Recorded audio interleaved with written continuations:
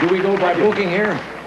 Well, I can only talk if I'm on the left. Hall and Oates actually worked out. You get to see, huh? It's Hall and Oates. Good to see you guys. We're going to take a break, and we're going to come right back from Shadow House. Stay where you are.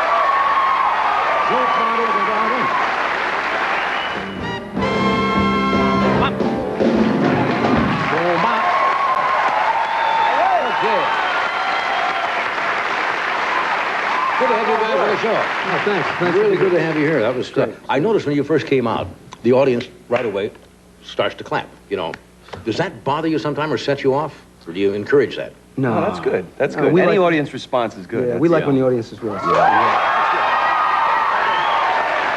tell you why.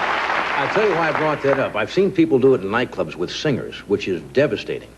They want to sing along with the singer. I remember once Tony Bennett came out in New York and he starts to sing, "The Shadow," and some guy, "Of your smile." And he started singing the lyrics along with, it drove him nuts. Yeah, it's a little weird when we're starting one tempo and everybody else is in the other tempo. That's a little just out of no especially syncopation. clapping, yeah. That's all right. Let me ask you a question. Now, the title is Ooh Yeah. Ooh, yeah. Not Oh Yeah. Oh, That's no. right. You got to be specific. What is the difference philosophically between Ooh Yeah Philosophically? and Oh Yeah? Or whatever you got. You could think of it philosophically. No, I don't know.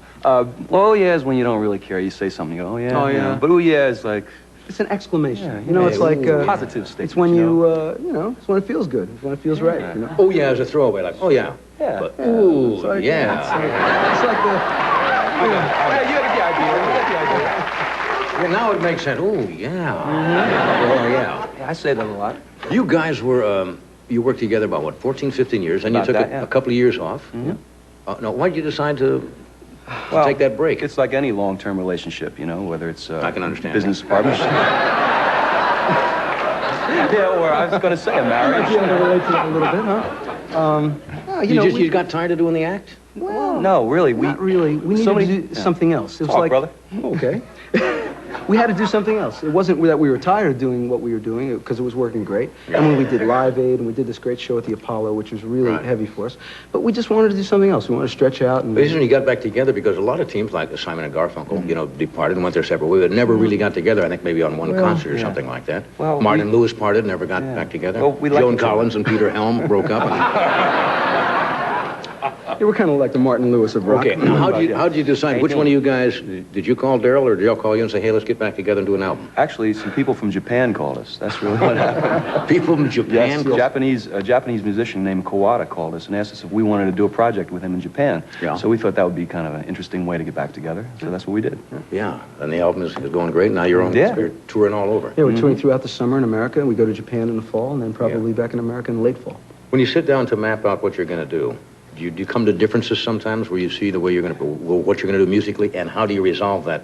We do it both ways. Yeah? It takes a little longer that way, but it actually works. Yeah? Yeah. No, we try both ways. We try things, and we have people we work with, our band, and especially our bass player who's co-produced the album, and he kind of sits back and stays objective. What happened? Somebody told me about something happened to you when you were on tour in Australia. Something weird happened about some criminal or something? The first time we went to Australia, I guess it was around 1982 or 81, I think we had just arrived, we did a TV show, we went out to dinner, and it was really late. I think they held the restaurant open for us, and we were there in the middle, just about finishing dinner, we were the only table in there, and all of a sudden bursts in this guy with a ski mask with a sawed-off shotgun. Starts screaming. Right during coffee, you know. Well, we're from New York, so we didn't really expect that to happen in Australia. We figured, it's kind of odd. So semi-safe. With a sawed-off shotgun? We thought it was a joke at first. So we asked our bass player, he asked us all for money and everything. Our bass player pulled out a credit card, tried to give him a credit card. That didn't go. He didn't like that. Ooh, yeah. No. That's when you don't say, oh, yeah. So as it ends up, we end up one of the waiters and hit him, and we pushed him through a plate glass window. We ended up apprehending him. Our record went up the charts a little bit. Yeah. But he was the most wanted criminal in Australia at the time. Yeah. The rusty gun. Yeah, we read him his rights. You had the right, okay. No, we had an extra drink. That's kind of scary, too. We'll take a break, and then you're going to come back and do something else for us? Sure. Great. We'll be right back. That's got to be scary.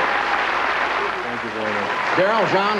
All right. Thank you much for being with us tonight. Sure. Tomorrow night, now, Brian Gillen, who was supposed to be Gillis, or Gillis, was supposed to be with us tonight, will be with us tomorrow doing some magic. We have Michael Davis also, Tom Hanks, and a 6-year-old dinosaur expert.